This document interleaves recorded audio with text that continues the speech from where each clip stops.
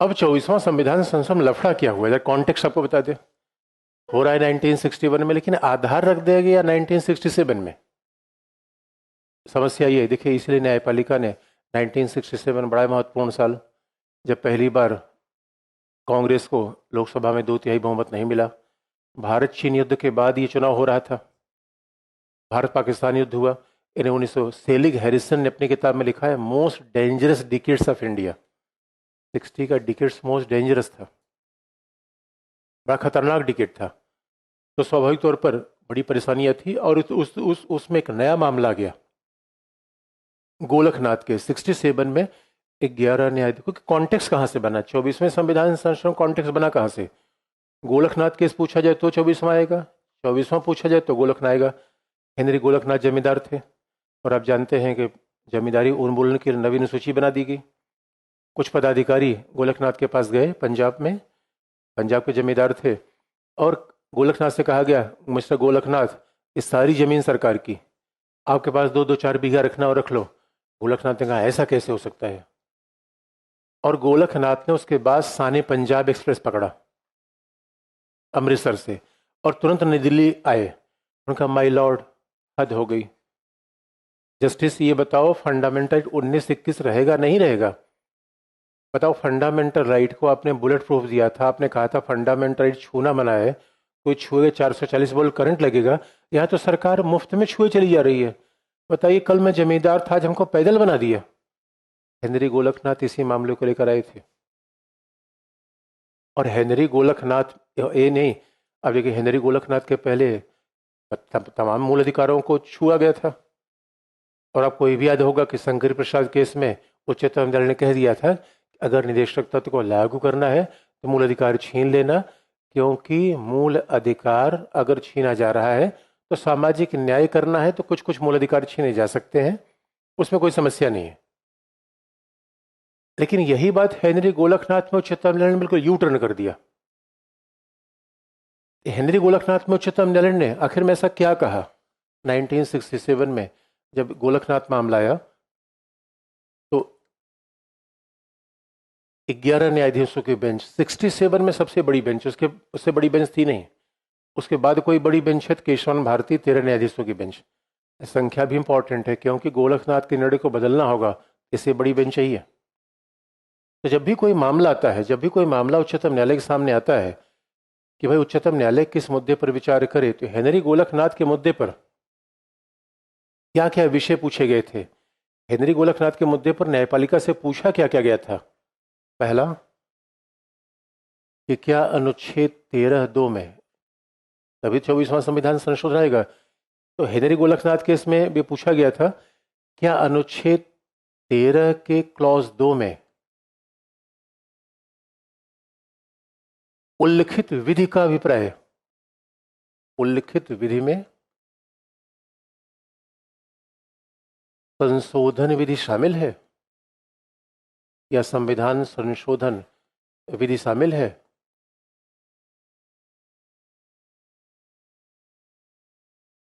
पहला सवाल ये पूछा गया था।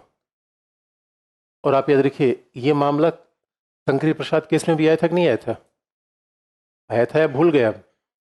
आया था। तो पहला बार ये होगा, क्या अनुच्छेद 13, क्योंकि यही है बुलेट प्रूफ, यही है प्रोटेक्शन, क्या अनुच्छेद 13(2) में उल्लिखित विधि में संविधान संशोधन विधि शामिल है या नहीं है। बात फिर अलग तरीके से कह दे कि सामान्य विधि संशोधन विधि अलग अलग है, एक है। इसी बात को दूसरे तरीके से कह दे, संसद की विधायी और संविधायी शक्ति में क्या अंतर है। बात तो एक ही हो गई। गोलकनाथ केस पहले भी मेंस में पूछा जा चुका है, पोल साइंस पूछा जा चुका है, जीएस में पूछा जाएगा, उसमें डाउट है। अच्छा, जीएस में जैसे केशवान भारतीवाद, अभी कितने साल हो गए केशवान भारतीवाद के? 50 साल। ऐसे मामलों पर पुरानी बातें भी नहीं हो जाती। और ये पहला सवाल गोलकनाथ केस से पूछा गया, पहला। और दूसरा सवाल पूछा गया था अनुच्छेद 368 में, क्योंकि जब एक संविधान संशोधन होता है तो बड़ी सारी बातें पूछी जाती हैं। अनुच्छेद 368 में संविधान संशोधन की प्रक्रिया है अथवा अनुच्छेद 368 में संविधान संशोधन की प्रक्रिया है अथवा संविधान संशोधन की शक्ति है।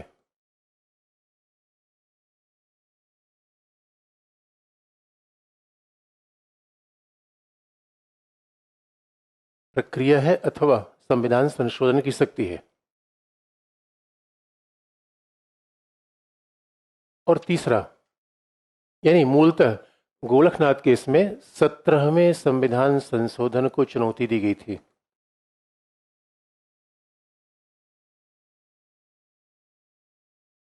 सत्रहवें संविधान संशोधन को चुनौती दी गई थी और गोलकनाथ केस से ये बात पूछी गई थी।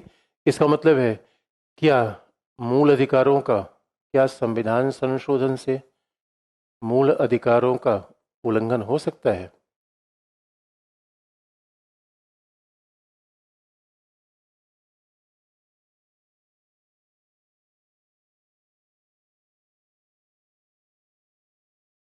क्या संविधान संशोधन से मूल अधिकारों का उल्लंघन हो सकता है? ये बात गोलकनाथ केस में, ये 3 मुद्दे मूलतः पूछे गए थे। और आप याद रखिए 17वां संविधान संशोधन क्या था? जब पंजाब ने जमींदारी उन्मूलन किया तो 17वें संविधान संशोधन से इन्हीं पंजाब के कानून को नवीन सूची में शामिल कर दिया गया। यही 17वां संविधान संशोधन था। तो 17वें संविधान संशोधन से पंजाब के भूमि सुधार कानून को नवीन सूची में शामिल कर दिया गया। और नवीन सूची बनाई इसलिए गई थी जो इसमें शामिल कर दिया जाएगा उसको इस आधार पर चुनौती नहीं दी जाएगी कि भाग 3 का उल्लंघन करता है या मूल अधिकारों के प्रतिकूल है। इतना तो मामला स्पष्ट है। अब एक एक जवाब सुन लीजिए। एक एक का जवाब बड़ा स्पष्ट है। तो पहला मामला आ गया, और जो इसीलिए ये हमने पहले बताया था, शंकरी प्रसाद केस से अभी तक मामला चल ही रहा था और अगर इसी को हम उलट दें तो सारा खेल बदल जाएगा। गोलकनाथ केस ने उलट दिया। गोलकनाथ ने किसने कहा नहीं, अनुच्छेद 13(2) में जो उल्लिखित विधि है उसमें संविधान संशोधन विधि भी शामिल है। इसी बात को गोलकनाथ केस ने पलट दिया। इसका मतलब अगर गोलकनाथ वाद न आता तो 24वां संविधान संशोधन आता। बात याद रखिए। अरे वैक्सीनेशन क्यों आया? कोविड के बाद या वैसे ही वैक्सीनेशन आ गया? कोविड के बाद आया। बहुत लॉजिकल बात है। इसलिए आप कहोगे सर बात तो 24वें संविधान संशोधन की थी और बहक गए आप गोलकनाथ केस पे। बहका नहीं हूं मैं, बात वही है क्योंकि 24वां संविधान संशोधन ना था, गोलकनाथ केस ना था तो ये ना था। और यहाँ पे इसका मतलब है कि कहा तो जाता है कि आखिर में न्यायपालिका और विधायिका का भी संघर्ष शुरू किया किसने? तो शुरू तो खुद न्यायपालिका ने किया। गोलकनाथ केस ने ऐसा उल्टा डिसीजन न दिया होता, गोलकनाथ केस ने शंकरी प्रसाद केस के निर्णय को अचानक बदल दिया। 17 साल से न्यायपालिका के चल रहे पूरे कार्यप्रणाली को ही बदल कर रख दिया। तो मूल परिवर्तन गोलकनाथ केस ने किया था। इंदिरा गांधी ने तो रिएक्शन में उसके बाद उपाय लिया।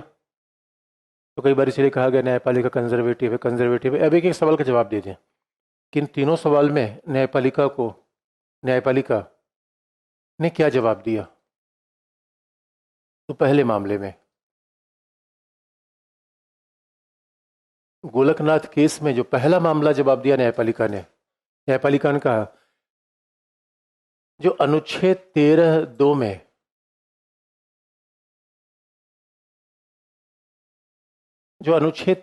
में उल्लिखित विधि है, जो अनुच्छेद 13(2) में विधि का उल्लेख है उसमें संविधान संशोधन विधि भी शामिल है।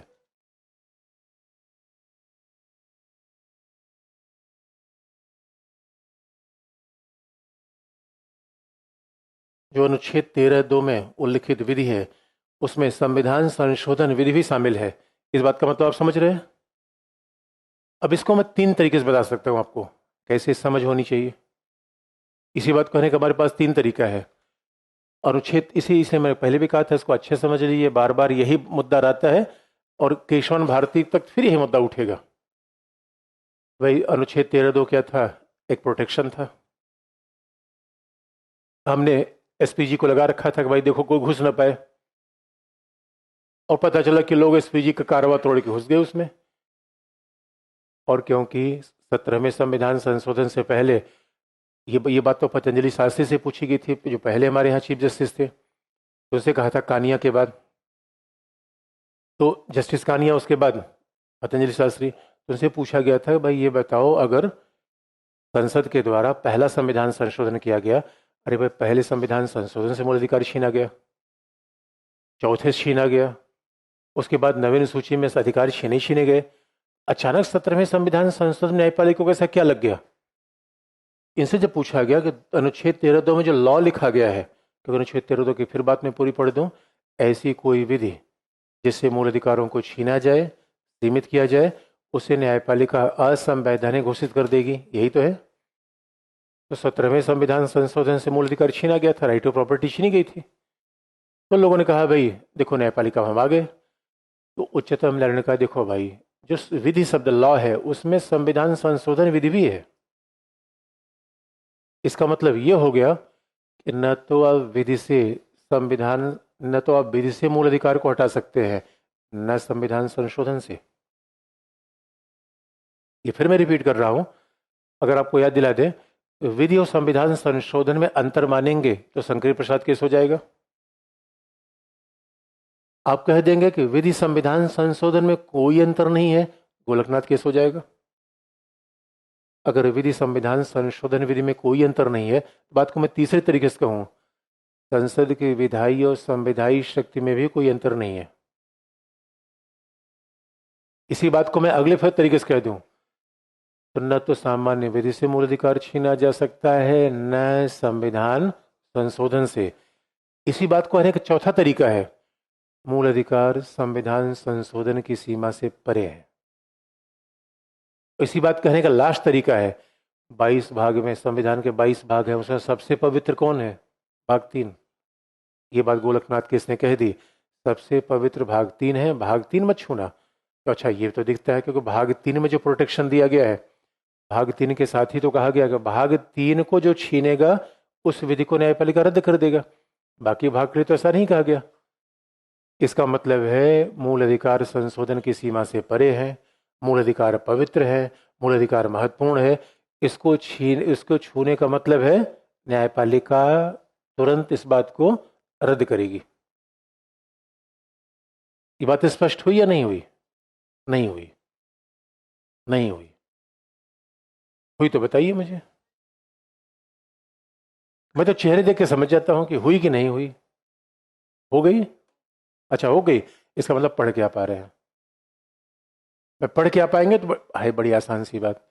फिर मैं रिपीट कर दूं, भाई सीधी सी बात है, अनुच्छेद 13(2) में प्रोटेक्शन दिया गया है, मूल अधिकारों की रक्षा की गई है, यानी अनुच्छेद 13(2) मूल अधिकारों का चौकीदार है। किसी घर में घुसना होगा, चौकीदार को पीटना पड़ेगा, नहीं पीटना पड़ेगा? चौकीदार है। अब चौकीदार को कैसे पीटा जाए, क्योंकि चौकीदार के पास तो बंदूक है, तो हमें जिगाना लाना पड़ेगा। तो जिगाना क्या है? संसद की संविधायी शक्ति है। इसलिए हम अनुच्छेद 368 से आए, और क्या मूल अधिकार को छीन सकते हैं?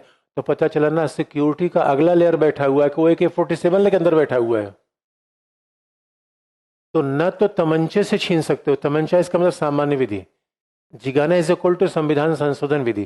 अरे भाई भारत में 2 ही तो विधियां हैं, बात इतना दिमाग पे बोझ मत लगाओ, थोड़ा दिमाग को हल्का कर लो, दिमाग की तरह सोचो, इतना सीरियस होने की जरूरत नहीं है। अरे भारत में 2 ही तो विधियां हैं, सामान्य विधि, संशोधन विधि। मूल अधिकार कैसे छीना जा सकता है? अभी तक ये था कि संशोधन विधि के द्वारा, पहला संविधान संशोधन, चौथा इससे मूल अधिकार छीना भी गया। उच्चतम न्यायालय ने कहा ना, न तो आप सामान्य विधि से छीन सकते हो, न संशोधन विधि से। तो सवाल था, ये प्रतिबंध लगा कहां था? अनुच्छेद 13(2) का, अनुच्छेद 13(2) का। तो 13(2) में जो विधि लिखी गई थी उसमें संशोधन विधि भी आएगी, तभी तो मामला रुकेगा। इसका मतलब है इन्होंने शंकरी प्रसाद केस को पलट दिया, और तीसरा कोई संविधान बदलाव का तरीका ही नहीं है, क्योंकि हमारे जन्म संग्रह का प्रावधान नहीं है कि आप कहोगे ना हम मूल अधिकार बदलेंगे जन्म संग्रह के द्वारा जंतर मंतर पर जाके, ये कोई प्रावधान है ही नहीं। बात हल हो गई, यही स्पष्ट बात है। इसमें कोई ऐसा समस्या फिर आप देख लीजिए, फिर बता दीजिए। अच्छा, दूसरा हमने शब्द का प्रयोग किया, हमने पहले बता रखा था। इसी बस संसद की विधायी और संविधायी शक्ति में अंतर है। एक है संसद की लेजिस्लेटिव पावर, एक है कॉन्स्टिट्यूएंट पावर। भाई विधायी शक्ति में मतलब सामान्य विधि बनाती है, संविधायी शक्ति में संविधान संशोधन करती है। विधायी शक्ति में अनुच्छेद 245 246 है, संविधायी शक्ति में अनुच्छेद 368 है। विधायी शक्ति में सामान्य बहुमत की आवश्यकता है, संविधायी शक्ति में विशेष बहुमत की आवश्यकता है। यही तो बात है। अब दूसरा सवाल आया,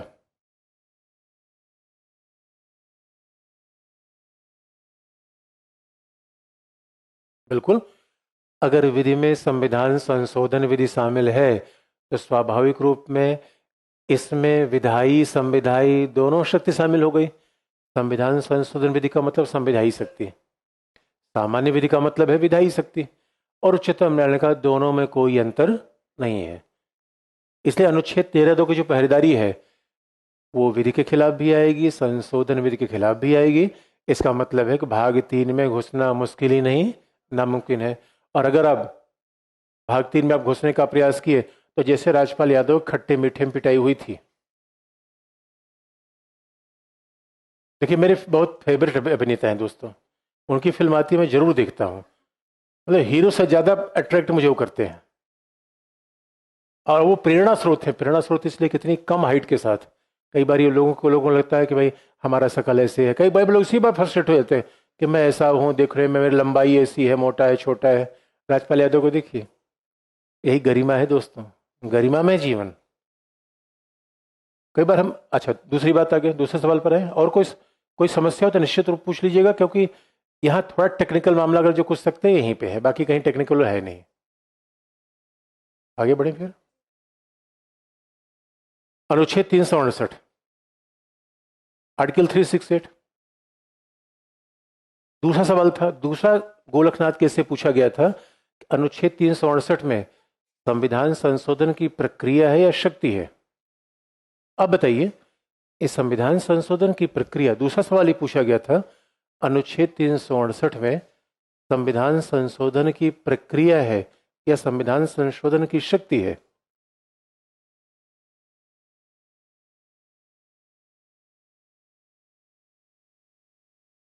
अब बताइए। अब अच्छा, अब सवाल का जवाब दीजिए। अच्छा, मजे आने में खूब मन लगता है जब सवाल, जब मैं जब सवाल पूछता हूं तो उसमें जब तब इधर उधर की चेहरे देखने लगते हैं फिर। अब बताइए, अनुच्छेद 368 में संशोधन की प्रक्रिया है या शक्ति है। अच्छा, प्रक्रिया और शक्ति का मतलब क्या समझते हैं। संशोधन की प्रक्रिया संविधान की संशोधन शक्ति में क्या फर्क है इसमें दोनों में।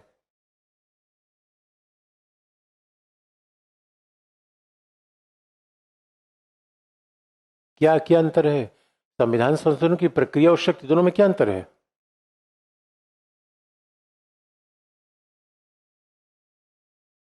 कैसे हम समझे। आपको हम दिलचस्प बात बता दें, अनुच्छेद 368 में पहले केवल जो आज का 2 क्लॉज है, अनुच्छेद 368 में केवल वही था। अनुच्छेद 368 में आज की डेट में 5 क्लॉज हैं। ये 5 क्लॉज जुड़े इसी गहमागहमी कारण, झगड़े के कारण। वही प्रक्रिया का सीधा सा मतलब है, एक संविधान संशोधन की प्रक्रिया है, यानी विधेयक किस सदन में लाएंगे, संशोधन के लिए विधेयक किस सदन में लाएंगे, प्रक्रिया है। तो संविधान संशोधन का विधेयक किस सदन में लाएंगे, लोकसभा, राज्यसभा, किसी भी सदन में। धीरे से बोल रहे हैं, किसी भी सदन में लाएंगे, प्रक्रिया है ये। दूसरी बात, अब प्रक्रिया क्या है, सदन में विशेष बहुमत चाहिए, दोनों में अलग अलग चाहिए। अच्छा, संविधान संशोधन में संयुक्त तो बैठक नहीं हो सकती, ये भी आप जानते हैं। भाई सामान्य विधि के निर्माण में ज्वाइंट सेशन हो सकता है, संविधान संशोधन में नहीं, क्योंकि भाई संघ राज्य का एक संविधान है। और अगर ज्वाइंट सेशन हो जाएगा तो राज्यसभा की भूमिका द्वितीयक हो जाएगी, तो संघीय ढांचे का ही नुकसान हो जाएगा। तो बिना राज्यसभा की परमिशन संविधान बदलाव नहीं करेंगे। इसलिए संविधान संशोधन पर संयुक्त बैठक नहीं हो सकती, ये प्रक्रिया है। तो विशेष बहुमत चाहिए, ये प्रक्रिया है। संयुक्त बैठक नहीं होगी, ये भी प्रक्रिया है। तो यही तो प्रक्रिया है।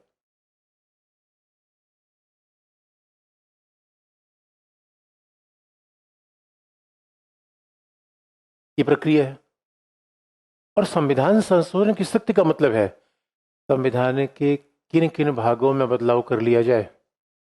इस प्रक्रिया से संविधान के किन भागों में बदलाव किया जा सकता है, संविधान में क्या और कितना संशोधन किया जा सकता है, ये शक्ति है।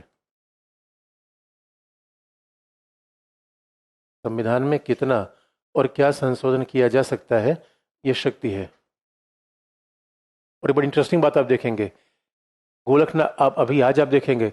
अच्छा बताइए, संविधान संशोधन किसी विधेयक पारित हो जाए तो क्या राष्ट्रपति उसे वीटो का प्रयोग कर सकता है?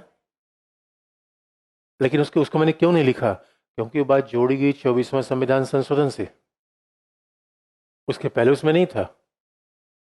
यानी अनुच्छेद 368 में केवल एक क्लॉज था, क्लॉज 2, 24वें संविधान संशोधन के पहले क्लॉज 2 ही था।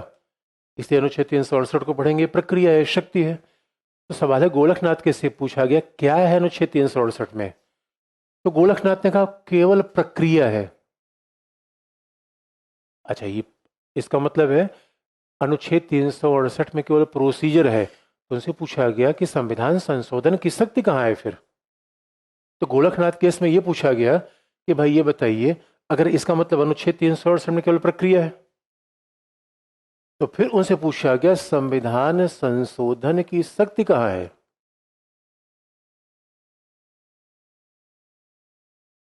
संविधान संशोधन की शक्ति कहाँ है? उन्होंने अनुच्छेद 245-46 में। ये मतलब चक्कर घिन्नी बना दिया दोस्तों। गोलकनाथ केस ने सच में चक्कर घिन्नी बना दिया, मतलब जलेबी की तरह कहा, बात को ऐसा मोड़ा कि शंकरी प्रसाद केस में उच्चतम न्यायालय को ऐसा कॉम्प्लिकेटेड कर दिया। अच्छा, 245 246 में क्या है आप जानते हो? 245 में ये है कि भाई संसद के द्वारा जब विधि बनेगी पूरे भारत में लागू होगी। यदि सही बात देखा जाए 245-46 में संसद और राज्य विधानसभाओं की सामान्य विधायी शक्ति है। यानी 245-46 में सामान्य विधायी शक्ति का उल्लेख किया गया है। और विधायी शक्ति कैसे है भाई? 245 में क्या लिखा गया है कि संसद के द्वारा निर्मित विधियां पूरे भारत में लागू होंगी और भारत के बाहर भी भारतीयों के लिए कोई विधि का निर्माण करना हो तो संसद विधि का निर्माण करेगी। राज्य विधानसभा द्वारा निर्मित विधि राज्य में लागू होगी। और 246 में क्या लिखा गया? सूची की बात की गई है। संघ सूची पे संसद विधि का निर्माण करेगी, राज्य सूची पे राज्य विधि का निर्माण करेगी और समवर्ती सूची पे संसद और राज्य दोनों विधि का निर्माण करेंगे।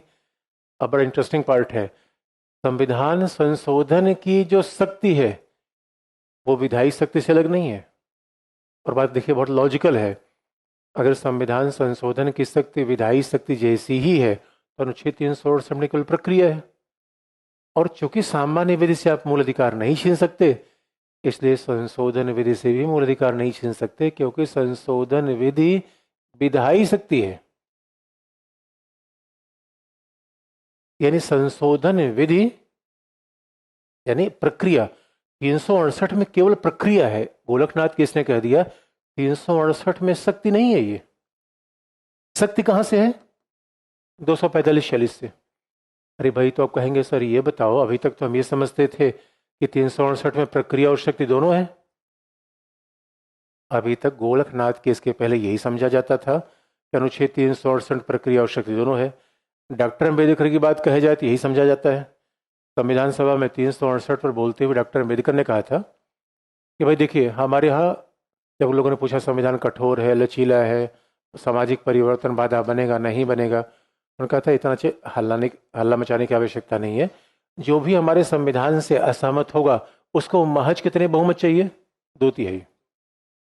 उसको महज 2/3 बहुमत चाहिए। 2/3 बहुमत से जो चाहे वो परिवर्तन कर लीजिए, जो चाहे परिवर्तन कर लीजिए।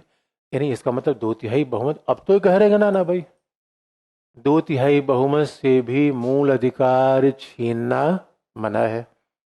इनसे ही पूछा गया, फिर गोलकनाथ केस से पूछा गया ये बताओ जो मूल अधिकार छीन लिया उसका क्या होगा? तो गोलकनाथ केस ने कहा भविष्य लक्ष्य विधि का सिद्धांत। फिर इन्होंने ही सिद्धांत दिया था भविष्यलक्षी विधि का सिद्धांत, principle of prospective over ruling.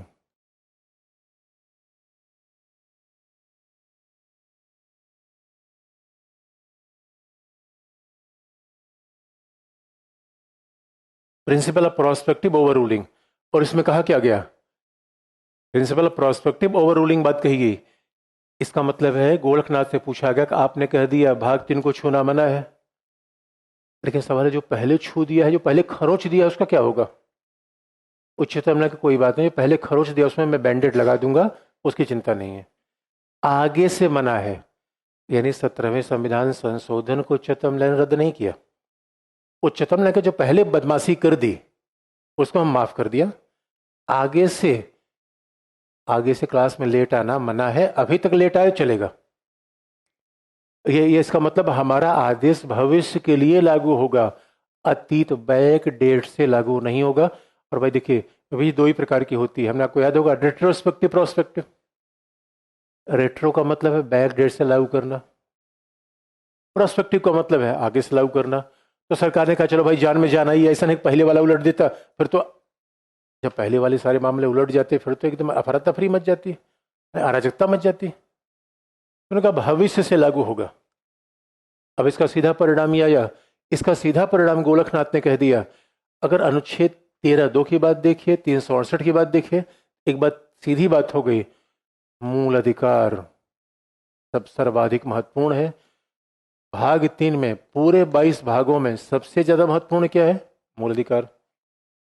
मूल अधिकार सर्वाधिक महत्वपूर्ण है, पवित्र है।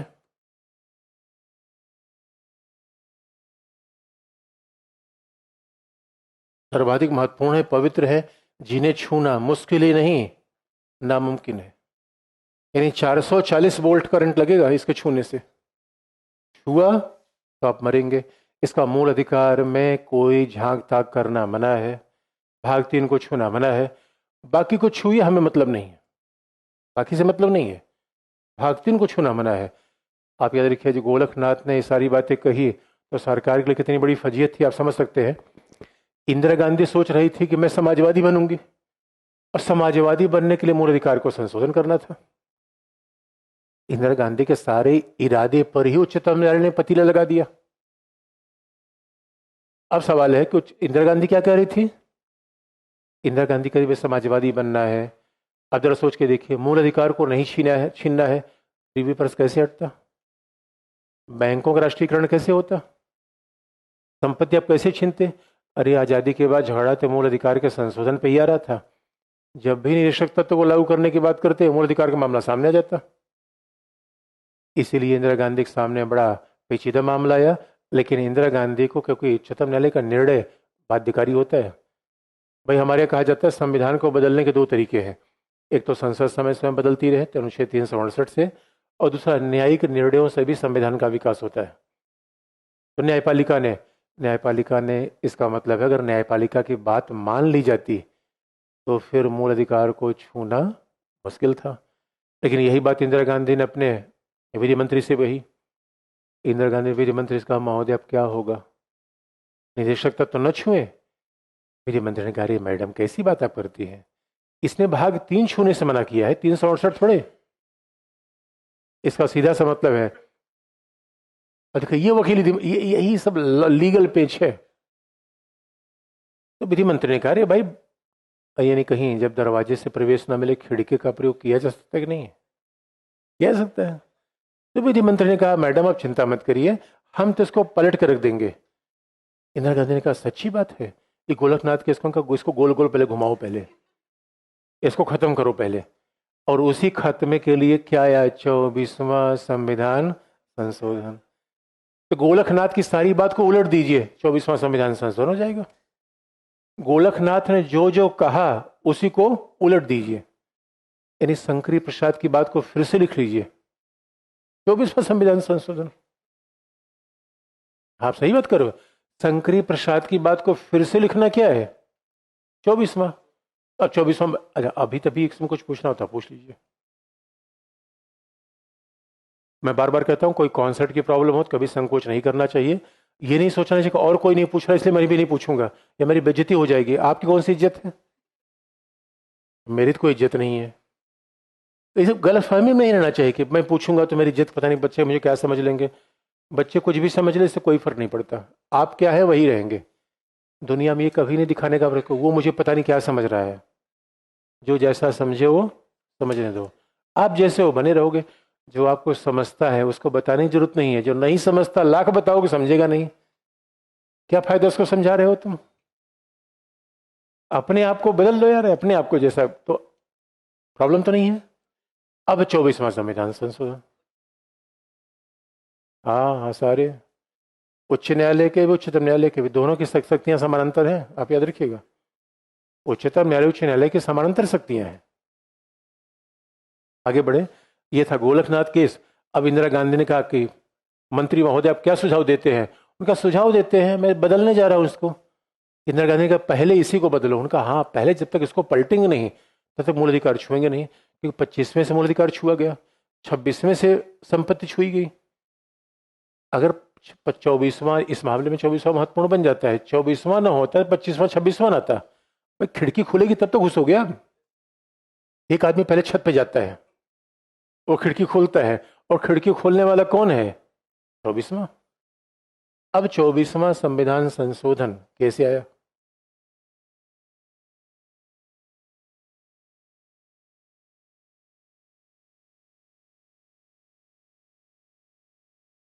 चौबीसवें 25वें के बाद जो लैंडमार्क आता है 42वां, उसके बाद तो सारी कहानी फिर कई बार 39 को भी हम देख सकते हैं। अदरवाइज वो जो बड़े लैंडमार्क है जिन्होंने चीजों को बदल के रख दिया। तो अब 24वें संविधान संशोधन में क्या किया गया।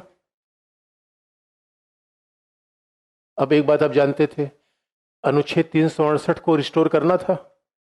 अनुच्छेद 368 को रिस्टोर करना था। अनुच्छेद 368 में खंड 1 और 3 जोड़ा गया। ये भी अपने आप बड़ी दिलचस्प बात है।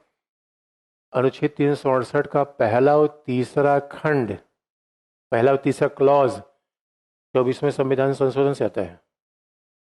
उसमें मूल रूप में 2 ही था।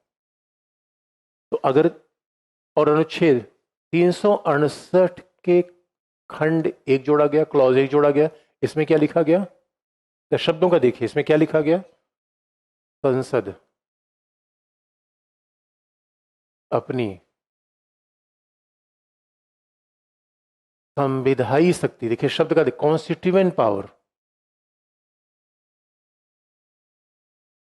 संसद अपनी संविधायी शक्ति का प्रयोग करते हुए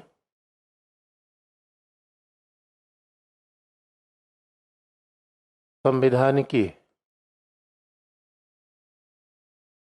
किसी भी भाग में संशोधन कर सकती है।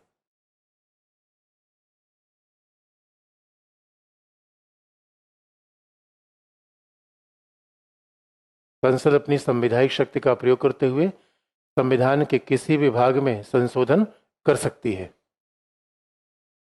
ये 24वें संविधान संशोधन का ये अनुच्छेद 368 पहला क्लॉज आया।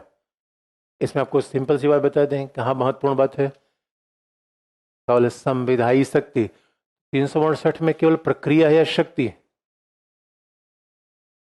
प्रक्रिया भी है शक्ति भी है। इसलिए गोलकनाथ केस को पलट दिया। इसका मतलब है, अब यही यही तो आप देखिए, ये गोलकनाथ केस को जो पलटा पलटी हो रही है, इन पहलवान जीता कौन, ये तो आप कहोगे सर ये समझ में नहीं आ रहा है। भाई 2 पहलवानों के बीच संघर्ष हो रहा है, उसमें जीता कौन है, वो तो कहानी आगे आपको पता चलेगी जीता कौन। अभी पलटा पलटी हो रही है, कभी ये ऊपर आ रहा है।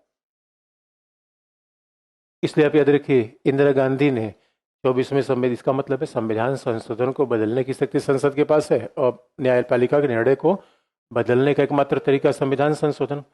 अब 368 के क्लॉज 1 में देखेंगे लिखा गया, संसद अपनी संविधायी शक्ति का प्रयोग करते हुए, विधायी शक्ति का नहीं, संविधायी शक्ति का प्रयोग करते हुए संविधान के किसी भाग को बदल सकती है। लिखा तो ये परिवर्तन कर सकती है, हटा सकती है, जोड़ सकती है। ये तो संशोधन है। पर संशोधन में हटाना भी शामिल है, डिलीट भी करना है, ऐड भी करना है, रिपील भी करना है, चेंज भी करना है। इसका मतलब है अनुच्छेद 368 में शक्ति संविधायी है, पहला, केवल प्रक्रिया नहीं है, संविधायी शक्ति है। और दूसरा में किसी भी भाग का मतलब भाग 3 में भी इसी भाग का मतलब क्या होता है? भाग तीन में भी, भाग तीन में भी संशोधन कर सकती है। अब जैसे ही अनुच्छेद 368 का लॉजिक आया तो विधि मंत्री से पूछा गया बात पूरी होगी? नहीं, नहीं, अभी बात पूरी नहीं हुई, अभी हमें एक धक्का और मारना है। तो अब क्या लाओगे? उन्हें क्लॉज 3, फिर 24वें संविधान संशोधन से अनुच्छेद 368 क्लॉज 3 लाया गया, और उसमें क्या कहा गया? क्लॉज 3 में कहा गया अनुच्छेद 13(2) में उल्लिखित विधि में, उल्लिखित विधि में संविधान संशोधन विधि शामिल नहीं है।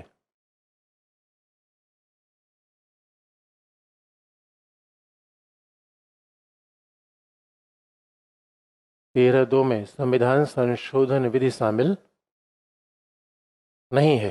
बात बहुत महत्वपूर्ण है। अनुच्छेद 13(2) में उल्लिखित विधि में संविधान संशोधन विधि शामिल नहीं है, और इसलिए आप देखोगे इसी 24वें से अनुच्छेद 13 खंड 4 भी जोड़ा गया। ये मेंस का सवाल, यूपीएससी मेंस में पूछा गया है। अनुच्छेद 368 में संविधान संशोधन की प्रक्रिया आ सकती है,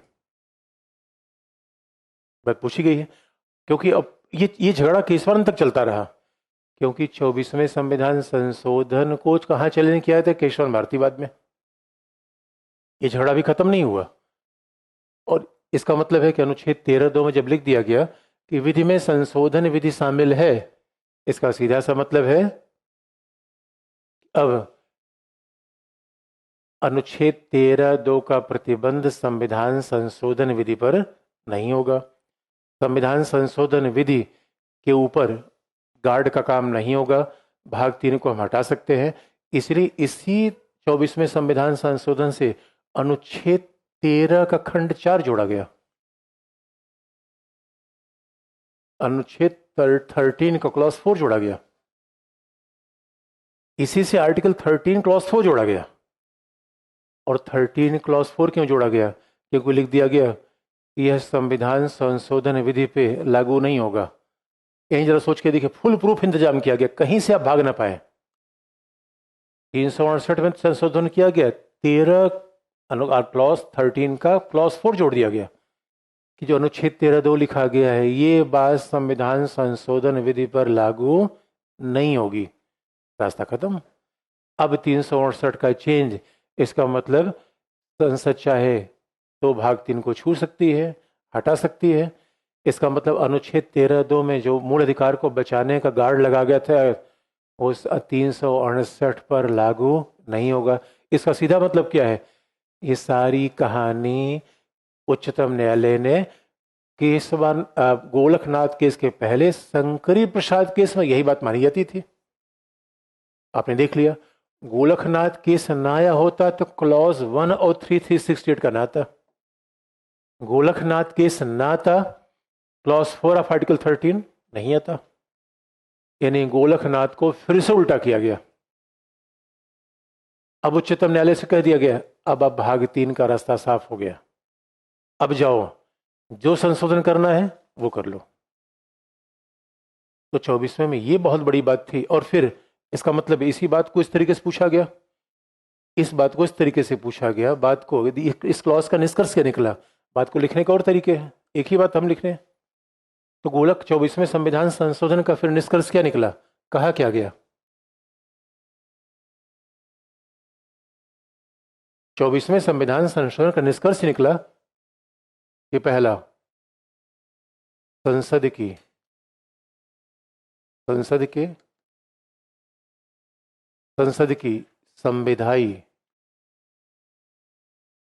संविधायी शक्ति, कॉन्स्टिट्यूएंट पावर, और विधायी शक्ति में अंतर है, लेजिस्लेटिव पावर में अंतर है।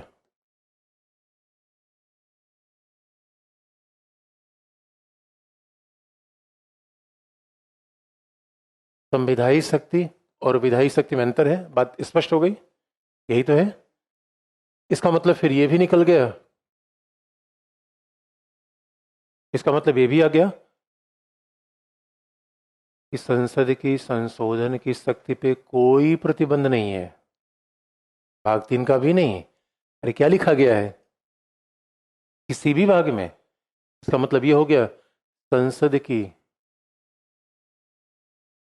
संविधान संशोधन की शक्ति पे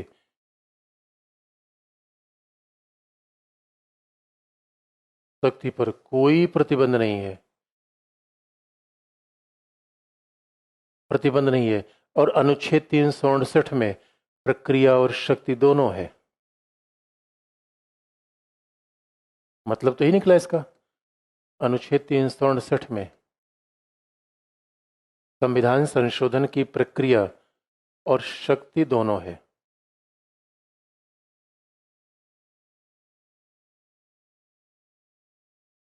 अच्छा, ये भी इंटरेस्टिंग पार्ट है।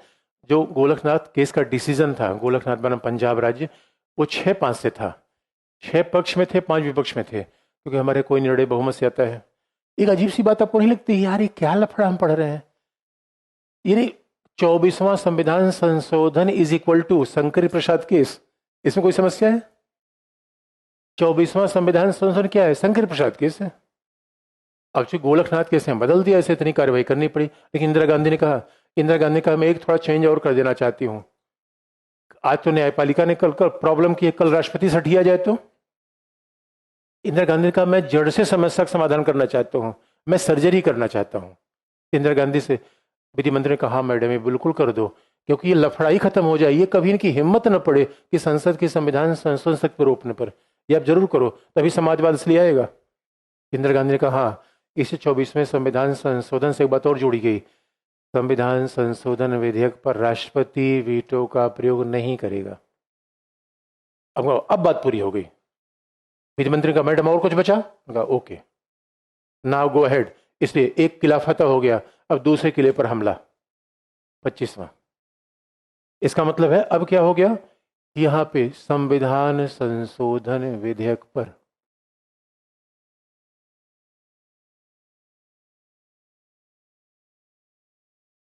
संविधान संशोधन विधेयक पर राष्ट्रपति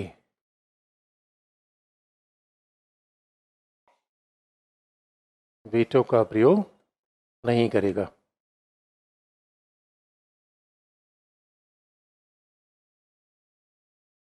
संविधान संशोधन विधेयक पर राष्ट्रपति वीटो का प्रयोग नहीं करेगा। अब इसलिए इंदिरा गांधी ने कहा ये भी अगर कभी झंझट हो तो मैं शुरू, अभी झंझट हुई नहीं थी, अभी राष्ट्रपति ने कभी ऐसा किया नहीं था। इंदिरा गांधी ने कहा मुझे ऐसा मांगता नहीं कि कोई करे, सारा चेंज करो। 24वां हो गया। अब इंदिरा गांधी पूरे रफ्तार में थी, उनका भाइयों और बहनों अब हम घर में घुस गए हैं, अब असली चेंज होगा। अभी तो हमने प्रवेश किया है, अगले असली चेंज क्या है? 25वां। अगला क्या है? 25वां। तो अब देखिए ये सब घटनाएं हैं या मुद्दे हैं? मुद्दे हैं। तो 24वें से क्या सीखा? 24वें से क्या मुद्दा आपको मिला? संसद की संशोधन शक्ति बड़ी है, न्यायिक पुनरावलोकन। यही बात आगे समराइज करेंगे। हमें मुद्दा मिला, मूल अधिकार का संशोधन किया जा सकता है नहीं, कह सकता है।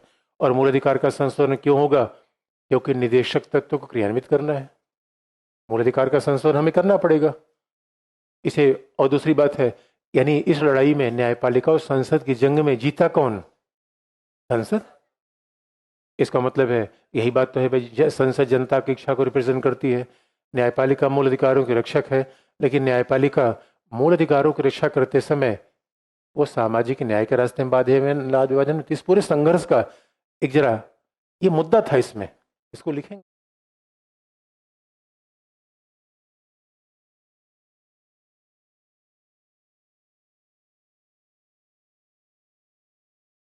25th constitutional amendment.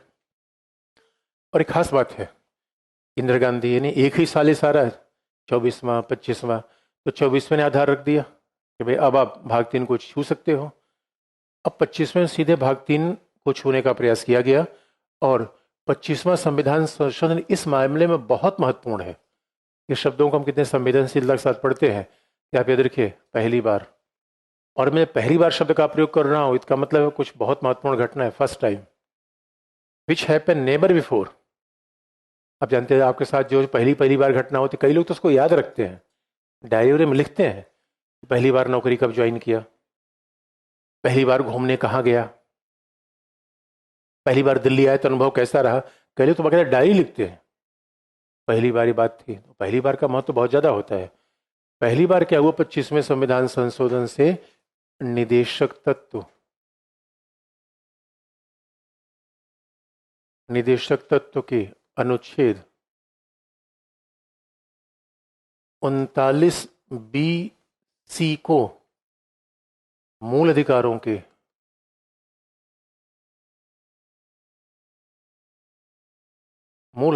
के अनुच्छेद 14, 19, 31 से प्राथमिक माना गया, यानी 14, 19 से प्राथमिक होगा। बात को दूसरे शब्दों में कहें तो निदेशक तत्व के अनुच्छेद 39B(C) को लागू करने के लिए, बात ध्यान देने की है, निदेशक तत्व के 39B(C), भाई पहली बार ये देखिए 25वां संविधान संशोधन सवाल महत्वपूर्ण है। और आया क्यों आप जानते हैं, क्योंकि आरसी के ऊपर केस, आरसी के ऊपर केस में उच्चतम न्यायालय ने बैंकों के राष्ट्रीयकरण के बाद को रोक दिया। और आप जानते हैं मुआवजा का मामला बार बार आ रहा था। ये 25वां संविधान संशोधन आखिर में ऐसा क्यों किया गया, 39B(C) लाया गया, क्योंकि आरसी के ऊपर केस जो बैंकों के राष्ट्रीयकरण का वाद कहा जाता है, उसको न्यायपालिका ने रोक दिया। और न्यायपालिका ने फिर वही मुद्दा उठाया कि राइट टू प्रॉपर्टी है। और इतना ही नहीं है, बल्कि न्यायपालिका ने यह भी कहा, आपको याद होगा कि बेला बनर्जी केस में मुआवजा का मामला भी हल नहीं हुआ था, क्योंकि अनुच्छेद 19 और 31 से ऐसा लग रहा था कि निदेशक तत्व के क्रियान्वयन में बाधा आ रही है।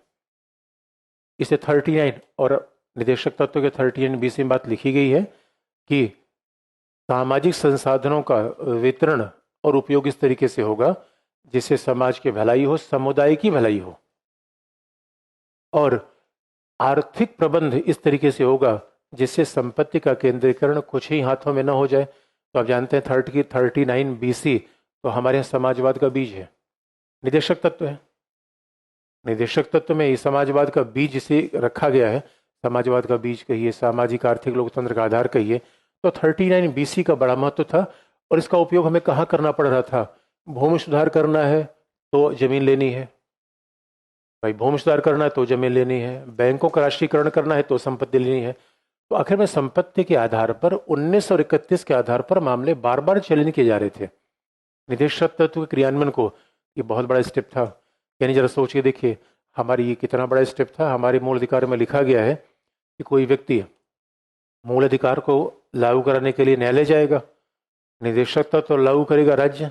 और बल्कि हमारे यहाँ जब निदेशक तत्व लागू किया गया तो निदेशक तत्व को लोगों ने क्या कहा, उनका भावनाओं का कूड़ेदान है।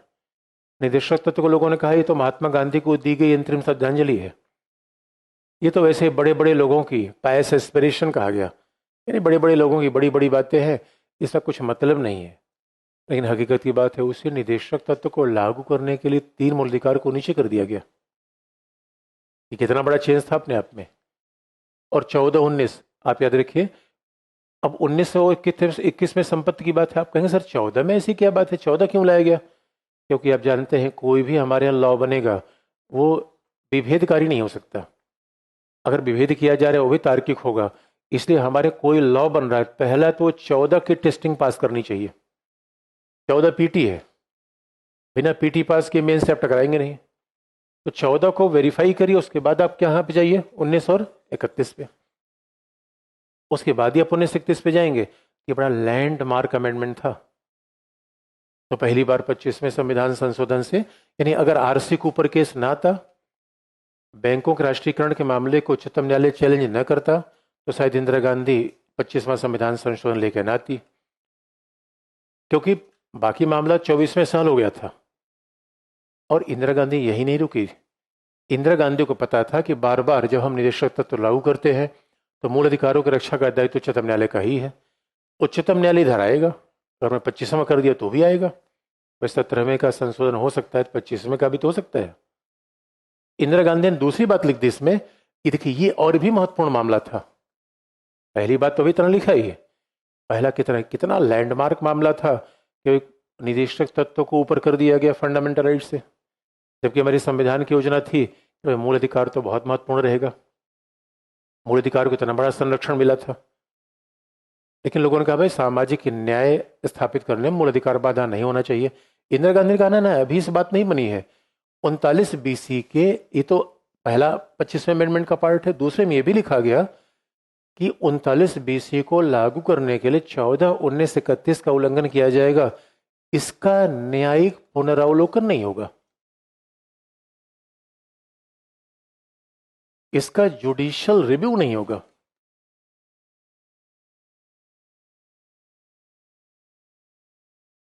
ये बात बहुत महत्वपूर्ण है।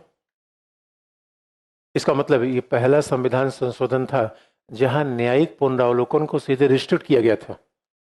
वैसे कुछ लोग कहते हैं नहीं नहीं ये पहला थोड़ी था, अरे पहला संविधान संशोधन से 31B लाया गया। 31B में तो यही कहा गया था कि नवीन सूची में जो विषय रखे जाएंगे इस आधार पर उनको चुनौती नहीं दी जाएगी कि उससे मूल अधिकारों का उल्लंघन होता है। कुछ लोग कहते हैं भाई पहला संविधान संशोधन भी था, लेकिन लोग कहते हैं कि नहीं नहीं ये ज्यादा स्पष्ट था, क्योंकि कह दिया गया निदेशक तत्व को लागू करने के लिए 14, 19, 31 का हम उल्लंघन कर रहे हैं, तो आप कभी न्यायिक पुनरावलोकन नहीं लाएंगे। इसका मतलब है भविष्य में कोई आरसी कूपर जैसा केस आ भी नहीं सकता। भविष्य में बैंकों का राष्ट्रीयकरण मुद्दा अगर हुआ तो आप न्यायपालिका नहीं आ सकते। अब जरा सोच के देखिए, अब यहाँ पे मामला गड़बड़ाता है कि संविधान में बात ठीक है, संसद को अनुच्छेद 368 में संविधान संशोधन का अधिकार तो है, तो समझ गए, लेकिन क्या संसद को यह भी अधिकार है कि वो न्यायपालिका की शक्ति को सीमित कर दे? भाई देखिए यही तो विवाद का विषय बना। न्यायपालिका ने कहा भाई तुम हमारे शक्ति में सीमित करने लगे, इतना इंदिरा गांधी ने कहा तभी समाजवाद आएगा। तुम लोग प्रतिबद्ध नहीं हो पा रहे हो, तुम लोग समाजवादी नहीं हो, तुम लोग रूढ़िवादी हो, तुम लोग संपत्ति के अधिकारों के समर्थक हो। अच्छा, पॉलिटिशियन कई बार न्यायाधीशों के खिलाफ मोर्चा खोल देता है। अच्छा, न्यायाधीश तो भाई अपने लिए प्रेस कॉन्फ्रेंस कर नहीं पाता, न्यायाधीश तो पब्लिक ही बोल नहीं पाता, और पॉलिटिशियंस का फायदा उठा लेते हैं। जबकि अब देखिए न्यायपालिका और कार्यपालिका के बीच का टकराव आम जनता के विषय का मुद्दा नहीं होना चाहिए। देखिए पॉलिटिक्स अलग है, संविधान अलग है, और कई बार पॉलिटिक्स हावी हो जाती है संविधान पे, यही तो समस्या आती है। इंदिरा गांधी मास्टर प्लेयर थी, उन्होंने कहा देखो अब मैं सामाजिक न्याय करूंगी, 25वां संविधान संशोधन हो गया। उन्होंने कहा मैडम बस यही बात थी, निदेशक तत्व को लागू किया। उन्होंने कहा देखो न्यायपालिका को भी पीछे करना जरूरी है। उन्होंने कहा नहीं नहीं अभी बात पूरी नहीं हुई है। उनका एक लफड़ा बार बार आ रहा है अनुच्छेद 31 से, मैं सोचती हूँ उसका समाधान ही कर दूं, क्योंकि अनुच्छेद 31 पे 31 से 31B तो पहले से आ गया था प्रतिबंध, और जो इन्होंने ये अनुच्छेद ये जोड़ा था 39BC 14, 19, 31 से प्राथमिक होगा, इसके लिए जो अनुच्छेद जोड़ा गया वो था article 31C। Article 31C, 31A वो भी पहले संविधान संशोधन से आया। 31C का मतलब क्या है? ये ऊपर वाला मामला 31C से ये बात जोड़ी गई।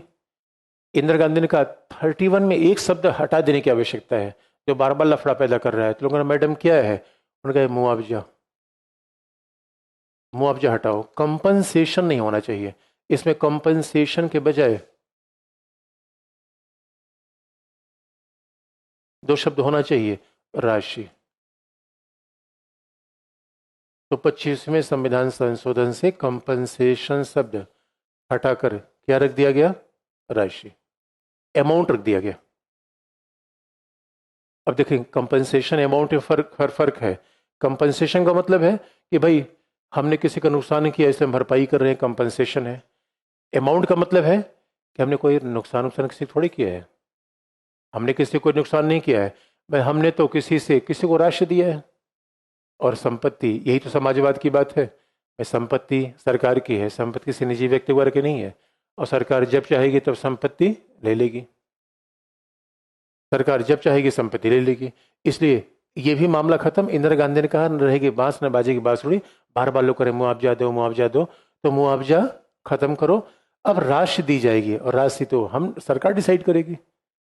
राशि कितनी है हम देंगे नहीं देंगे हमारे ऊपर है, कितना देंगे ये भी न्यायपालिका, इस पर कोई सवाल पूछने का सवाल ही नहीं है। कंपनसेशन शब्द को ही हटा दो। तो 25 में से ये बात तय हो गई। इसका मतलब है 25वें संविधान संशोधन से मूल अधिकार थोड़ा नीचे आए, न्यायिक पुनरावलोकन थोड़ा नीचे किया गया और मुआवजा शब्द हटा दिया गया। इन्हें कुल मिलाकर 25वें संविधान संशोधन ने क्या किया, आरसी कूपर केस के बाद जो समस्या पैदा हुई थी, इसे बैंकों के राष्ट्रीयकरण केस के बाद जो समस्या पैदा हुई थी उसे हल कर दिया और उसे हल करके ये बात कह दी, आरसी कूपर केस में हल करके बात कह दी कि अब संसद के द्वारा निदेशक तत्व को प्रभावी तौर पर क्रियान्वित किया जा सकता है। अब समाजवाद के मार्ग में बाधा नहीं है।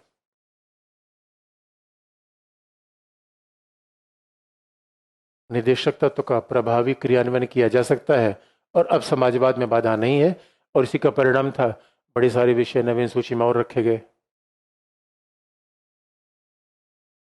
यानी बात यह भी देखने की है, इसका मामला है, इसका मतलब है कि 25वां संविधान संशोधन मूल अधिकार निदेशक तत्व के बीच संघर्ष भी दिखाता है।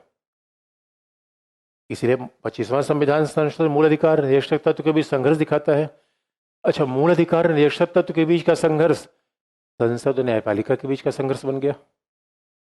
मूल अधिकार रक्षा दायित्व किसका था? मूल अधिकार रक्षा दायित्व किसका था? न्यायपालिका का। निदेशक तत्व को लागू करने का दायित्व किसका था? राज्य का। राज्य में संसद भी है, कार्यपालिका भी है। इससे बड़ा इंटरेस्टिंग पार्ट था, मूल अधिकार और निदेशक तत्व के बीच संघर्ष में 25वें संविधान संशोधन में मूल अधिकार जीता या निदेशक तत्व? निदेशक तत्व। न्यायपालिका जीती या संसद? संसद। संसद जीत गई, बड़ा कमाल की बात थी। और इसलिए ये 25वां संविधान संशोधन को उसके बाद तो समाजवादी बिल्कुल धड़ल्ले से नवीन सूची में धनाधन सब विषय रखा गया। अब तो सब समाजवादी आगे चल ही रहे थे। 26वां संविधान संशोधन, इसी का परिणाम क्या है? 26वां प्रीवी पर से एक झटके में हटा के फेंका गया। उसके बाद 29वें संविधान संशोधन से दर्जन भर विषय नवीन सूची में डाले गए। इंदिरा गांधी ने कहा बताओ और कोई काम बाकी रह गया हो तो। और ये सारे संशोधन 2-4 महीने के भीतर धनाधन होते चले गए। इंदिरा गांधी की शक्तियां बढ़ती चली जा रही थी। उधर भारत जब बांग्लादेश का मुक्ति हुआ था उसमें इंदिरा गांधी की बड़ी महत्वपूर्ण भूमिका थी। अब तो इंदिरा गांधी को लगा के देवी हो गई, दुर्गा हो गई और टॉप रफ्तार पे थी। उनका क्या न्यायपालिका, क्या नौकरशाही है, लोकशाही है। जनता जो इच्छा करेगी वही चलेगी। और इंदिरा गांधी के ऊपर जो है जेफर लॉट, पॉलिटिकल साइंटिस्ट है, जेफर लॉट ने कहा कि भाई पावर कंसंट्रेशन हुआ। जितने पॉलिटिकल साइंटिस्ट बताते कि इंदिरा गांधी पावर कंसंट्रेट करती थी। और इंदिरा गांधी के बारे में कहा भी जाता था कि पूरे मंत्रिमंडल में एक ही तो पुरुष थी, बाकी सब महिला थे। इंदिरा गांधी रफ्तार से जा रही थी। अब मामला थोड़ा डरने लगा। और ये बड़ी इंटरेस्टिंग बात, जो सीकरी ने, संयोग की बात है, सीकरी उस समय भारत के मुख्य न्यायाधीश बने, SM सीकरी। और वो ऐसे न्यायाधीश थे जो बाहर से सीधे गए थे उच्चतम न्यायालय में, यानी उच्च न्यायालय के वकील थे, सीधा जज बन गए थे। और सीकरी विवाद लिखते हैं कि उन्होंने कहा जिस तरीके से इंदिरा गांधी की शक्तियां बढ़ रही थी, इंदिरा गांधी समाजवाद के नाम पर नौकरशाही और न्यायपालिका के धोए जा रही थी, तो कई बार लोगों को लग गया कि यार लोकतांत्रिक संस्थाएं थोड़ा खतरे में है। जैसे आज भी कई बार नहीं होता, जब भी कई बार विभक्ति की शक्ति बढ़ती है तो इंस्टीट्यूशन पे थोड़ा सा तो खतरा महसूस होता है। उस समय ऐसा महसूस किया जाने लगा। और ऐसा हुआ तब तक न्यायाधीशों का कॉन्फ्रेंस हो रहा था दिल्ली में, न्यायाधीशों कॉन्फ्रेंस हो रहा था और उसमें दुनिया भर के न्यायाधीश आए थे। भाई जैसे राज्यपाल कॉन्फ्रेंस होता है वैसे दुनिया भर के न्यायाधीशों का था, हमारे भारतीय न्यायाधीश भी थे। सांसदों का सम्मेलन दुनिया भर का होता है, स्पीकर का सम्मेलन। तो उसमें जर्मनी का भी एक न्यायाधीश आया था। तो जर्मनी के न्यायाधीश ने बोलते हुए कहा कि आप याद रखो, जब किसी व्यक्ति विशेष की शक्तियां बढ़ने लगे तो आप याद रखिए शक्ति का कंसंट्रेट होना लोकतंत्र के लिए अच्छी बात नहीं है। और SM सीकरी पहली लाइन में बैठे थे। SM सीकरी ने कहा ओ माय गॉड, ये तो हमारे देश में हो रहा है। ऐसा तो नहीं कि इंदिरा गांधी कहीं गलत दिशा में चली जाए, इनको रोकना जरूरी है। SM सीकरी ने कहा कि मैंने निर्णय तो उसी दिन हाल में लिख लिया था। और यकीनन की बात है, ये मामला तब तक गड़बड़ा कैसे हुआ? इधर 24वां संविधान संशोधन हुआ, उधर 29वें से केरला सरकार के भूमि सुधार अधिनियम को नवीन सूची में शामिल कर लिया गया। और केरला सरकार ने जो भूमि सुधार किया उसमें जो मठ के स्वामी थे केशवानंद केशवानंद का पता नहीं आध्यात्मिक जीवन में क्या योगदान है, मुझे नहीं पता है। ये कॉन्स्टिट्यूशन हिस्ट्री में तो अमर हो गए वो केशवानंद। जो साधु महात्माओं के नाम भी आनंद पे ही होते हैं, अखंडानंद, केशवानंद, अड़गड़ानंद। आम व्यक्ति और संत के बीच यही खास है कि आनंद में रहते हैं ये। तो केशवानंद धर्म मिले वकील से। केशवानंद कह रही भाई ये क्या है, तो राज्य ने जमीन, ये भूमि सुधार कर रही थी, अब मेरी जमीन ले गया। तो वकील मिले, उनका कि अब तो बड़ा मामला है, अनुच्छेद 31 मर गया है, 19 के बारे में हम कुछ नहीं कर सकते। केशवानंद ने कहा है वकील साहब ये बताओ इसका मतलब हम न्यायपालिका चल सकते कि नहीं चल सकते, सीधी बात करो आप। पर न्यायपालिका चलेंगे लेकिन 31-19 के आधार पर नहीं, हम 26 को डिफेंड करेंगे और हम ये कहेंगे कि भाई संविधान में इस तरीके से संशोधन होगा फिर तो संविधान का ढांचा गड़बड़ा जाएगा। तो केशवानंद का ढांचा उचा मुझे नहीं पता है, मुझे हमारी जमीन चाहिए। और संयोग की बात है केशवानंद को जमीन नहीं मिली, ढांचा आ गया, पैसा सारा केशवानंद ने लगाया और केशवानंद को जमीन नहीं मिली और मामला क्या गया, ढांचा। वो ढांचा बना कैसे, इसलिए अगर 24-25 संविधान संशोधन 29 ना आता तो केशवानंद भारतीवाद ना था। और केशवानंद भारती ने कुछ ऐसी लैंडमार्क बात कह दी जो आने वाले संविधान के इतिहास में पढ़ा जाएगा। और वर्ष 1973 जंजीर फिल्म आ रही थी अमिताभ बच्चन की। इसके पहले अमिताभ बच्चन जितनी फिल्मों में थे सब फ्लॉप थी। ये मॉरल व स्टोरी है। कई बार बच्चे थोड़ा असफलता होती है निराश हो जाते हैं। अगर बड़े हार्ड वर्किंग आदमी है, बड़े हार्ड वर्किंग है, सही अप्रोच से मेहनत कर रहे हैं और बार बार आपके हाथ में असफलताएं आ रही हैं, इसका मतलब लंबा कहीं दूर का है, फिर रास्ता कहीं दूर अपडेट करने वाले हैं। ये हमेशा आप याद रखिएगा, कंडीशन अप्लाई। अब ये नहीं बिना पढ़े फेल हो रहे सर का नया दूर का रास्ता मिलेगा, अब चिंता की बात नहीं है, कंडीशन अप्लाई। अगर बड़े हार्ड वर्किंग है, बड़े ऑप्टिमिस्ट हैं तो आप देखिए दुनिया तो ये विज्ञान का नियम है, काम कभी व्यर्थ नहीं जाता। जहां भी आप ऊर्जा लगाते हैं वो लौट के आपके पास आती है, कभी खत्म थोड़ी होगी।